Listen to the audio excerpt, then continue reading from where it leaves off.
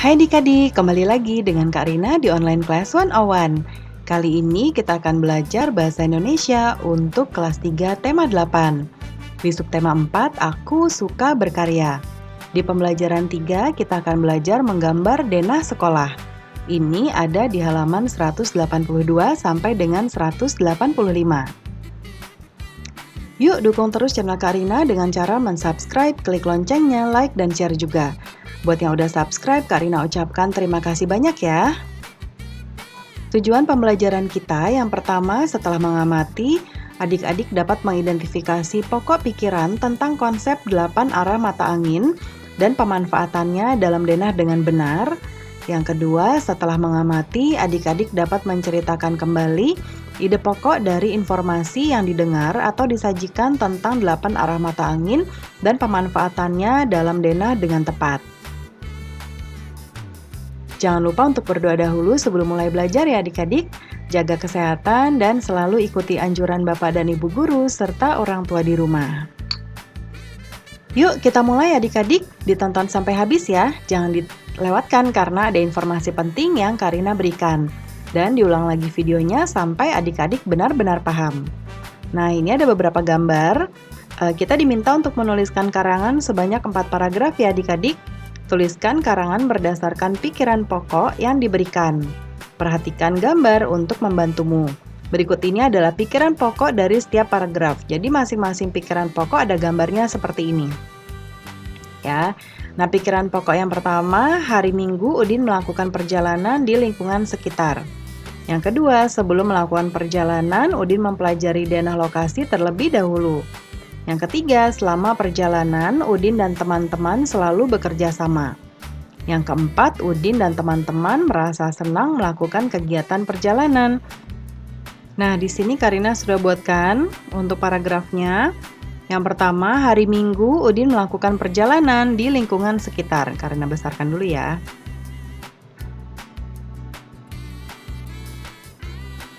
Nah, hari Minggu, Udin melakukan perjalanan di lingkungan sekitar. Udin dan teman-teman mempersiapkan perbekalan yang dibutuhkan pada saat penjelajahan lingkungan. Mereka terlihat gembira dan bersemangat. Ini yang pertama, ya. Lalu yang kedua, sebelum melakukan perjalanan, Udin mempelajari denah lokasi terlebih dahulu. Denah lokasi memudahkan melakukan perjalanan penjelajahan. Melalui denah lokasi, Udin dan teman-teman dapat mengetahui rute yang harus dilalui. Lalu yang ketiga, selama perjalanan, Udin dan teman-teman selalu bekerja sama. Salah satunya pada saat akan menyeberangi sungai. Udin dan teman-temannya saling membantu. Lalu yang keempat, Udin dan teman-teman merasa senang melakukan kegiatan perjalanan. Kegiatan perjalanan banyak memberikan pengalaman yang menarik. Ya. Nah, itu paragraf yang Kak Rina sudah buatkan. Kemudian berikutnya, kegiatan perjalanan dalam pramuka disebut penjelajahan. Kegiatan penjelajahan melatih banyak keterampilan. Kegiatan penjelajahan juga banyak memberikan pengalaman menarik. Salah satunya yang diperlukan saat melakukan penjelajahan adalah peta lokasi atau denah. Denah membantu kita lebih mudah mencapai tempat tujuan. Membuat gambar atau model denah termasuk kegiatan berkarya. Cobalah membuat gambar model denah sekolah, seperti contoh seperti ini. Kumpulkanlah terlebih dahulu informasi yang lengkap mengenai sekolah. Lakukan secara berkelompok. Cari informasi mengenai banyak kelas, cari juga informasi mengenai banyak bangunan yang ada di sekolah. Pastikan semua tempat tercatat dengan lengkap. Pastikan pula semua tempat sesuai dengan arah mata angin. Lengkapi informasi mengenai banyak siswa setiap kelas untuk membuat diagram. Nah, kita lihat di sini ya, paling tidak 10 informasi sekolahmu pada tabel berikut. Nah, di sini Kak Rina sudah buatkan 10 informasinya mulai dari ruang kelas sampai UKS. Ya. Nah, di sini dari ruang kelas 3 1 sampai kelas 3 posisinya di sebelah utara halaman sekolah. Lalu yang kedua perpustakaan, nanti adik-adik buatnya seperti ini ya di tabel.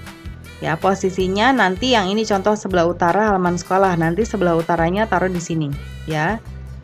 Nah, kemudian yang kedua perpustakaan posisinya di sebelah barat ruang kelas 1. Lalu ruang guru posisinya di sebelah barat ruang kelas 4. Lalu ruang kepala sekolah di sebelah utara ruang guru. Ruang kelas 4 sampai kelas 6 ini di sebelah selatan halaman sekolah. Lalu kamar mandi atau WC ini di sebelah timur kelas 3. Kantin di sebelah timur halaman sekolah. Kemudian tempat parkir ini posisinya di sebelah selatan gudang. Lalu gudang di sebelah timur kelas 6. Dan UKS ada di sebelah selatan kantin. Nah, ini Karina sudah buatkan denahnya. Ya, jadi kalau kita lihat di sini, ya. Nah, seperti ini. Kita bisa lihat yang pertama ruang kelas 1 sampai 3 ya. Ada di sebelah utara halaman sekolah. Ini halaman sekolah. Berarti ini kelas 1 sampai 3. Lalu perpustakaan di sebelah barat ruang kelas 1. Barat kanan apa kiri adik-adik? Ini ya. Nah, ini ruang perpustakaan. Lalu berikutnya ruang guru di sebelah barat ruang kelas 4. Nah, kita cari dulu kelas 4-nya ya. Ruang kelas 4 itu ada di sebelah selatan halaman sekolah. Jadi ini ruang kelas 4. Ya, terus tadi ruang guru sebelah barat, berarti yang ini.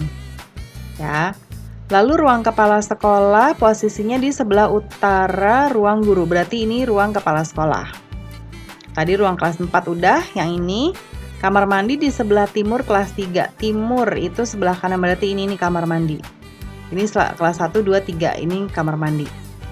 Lalu kantin sebelah timur halaman sekolah. Ini halaman sekolah, naik timurnya ini. Ya. Kemudian tempat parkir di selatan gudang. Ya, nah gudang itu di yang ini ya, sebelah timur kelas 6. Ya, terus UKS ya posisinya di sebelah selatan kantin. Tadi kantin itu posisinya di sebelah timur ya. Di sini nah UKS itu di selatannya. Berarti ini adalah UKS. Ya. Nah, itu contohnya ya adik-adik ya. Nah, kita lihat gambarkan nih tadi sudah Karina gambarkan. Ya. Baiklah, pembelajaran kita sudah selesai ya adik-adik. Terima kasih sudah menonton sampai akhir. Mohon dimaafkan apabila ada kesalahan dalam perkataan maupun dalam materi yang diberikan. Sampai jumpa di video berikutnya. Dadah!